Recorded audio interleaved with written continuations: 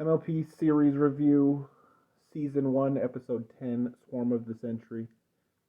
This episode is flippin' weird, like extremely strange, especially with hindsight of the rest of the series and just how weird it is. Um, this is a it's not a Pinky episode, although she is the solution to the problem. It's pretty much just all in main six. It's the Parasprite episode. Um, I really don't like. I don't like the creature episodes of MLP unless they're like more important. Like the single episode, here they are ones. I don't really like it, like the breezies and stuff. And so what happens is Fluttershy finds a Parasprite, and then she takes it around town, and it spreads. And then the Parasprites spread, disaster. And then Pinky marches them out of town with her one-man band routine. Um, the reason this episode is so weird is because the conflict is perpetuated for no reason other than to make Pinky right, and because the girls are dumb.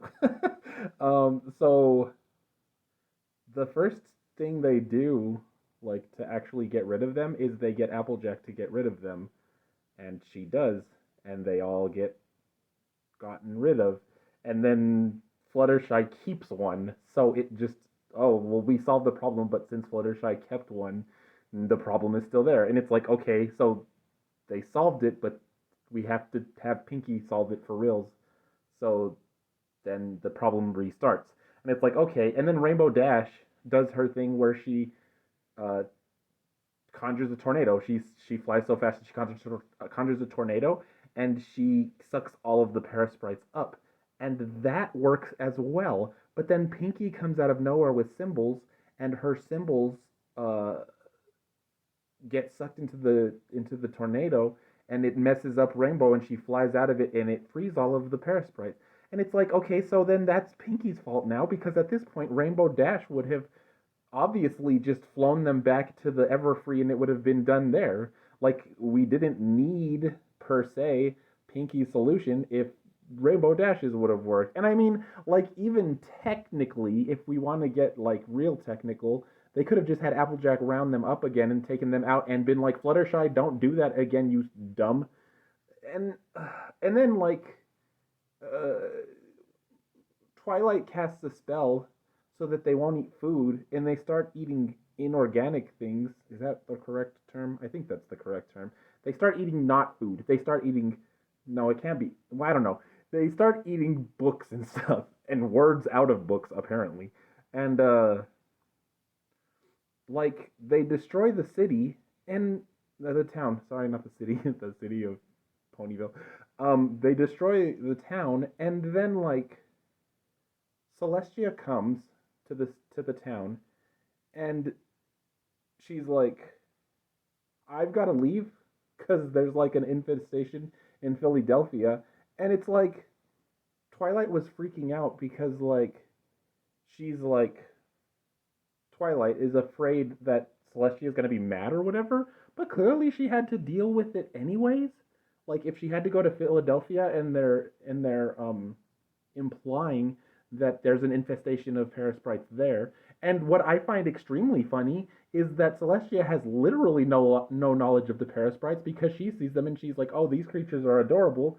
And then it's really weird because if she is going to Philadelphia to fix the infestation there and she has no prior knowledge of Parasprites, what is she going to do when she gets there? She's going to just be like, I guess I'll talk to someone else to see if they have the solution.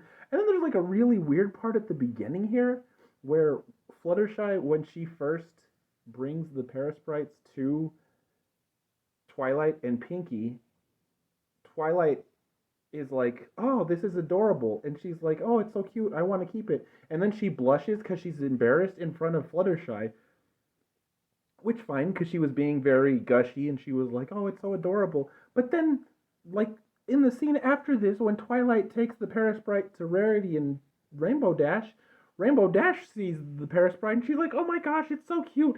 And Rainbow Dash isn't like that at all, ever, but she's not embarrassed by it. And I'm just like, huh? Like, what? I guess we're not doing the thing where Rainbow Dash is like super gruff and she's like, I don't even go to the spa or whatever. And then, like, it's early in the series, so Celestia is calling Twilight Sparkle, and it feels ultra impersonal because, like, you have the episodes later where Celestia is like, we were so close, Twilight, and I picked out your friends specifically in Ponyville.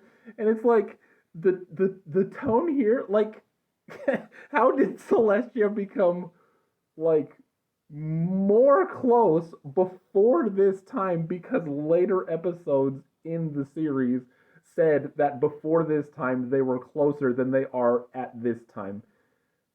It's just exacerbating. It's it's really weird. I don't really like this episode. There's not really anything. The only like, it's not even a joke. It's just like a kind of funny part is where Twilight is kind of like traveling through Ponyville and she's like trying to see them like the other ponies preparing for Celestia's arrival, and uh Carrot Top and Berry Punch put up a banner and it's like welcome Princess Celeste, and Twilight like what the heck, and they're like we couldn't fit it all in. That's like the funniest part of the episode. They've got some good expressions, some of the ponies and stuff, but like overall this is like a very, compared to the rest of season one, this is like, as far as I remember, this is like one of the more meh episodes of them. I probably give this one a 2 out of 5.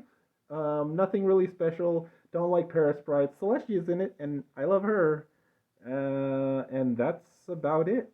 Probably just a 2 out of 5.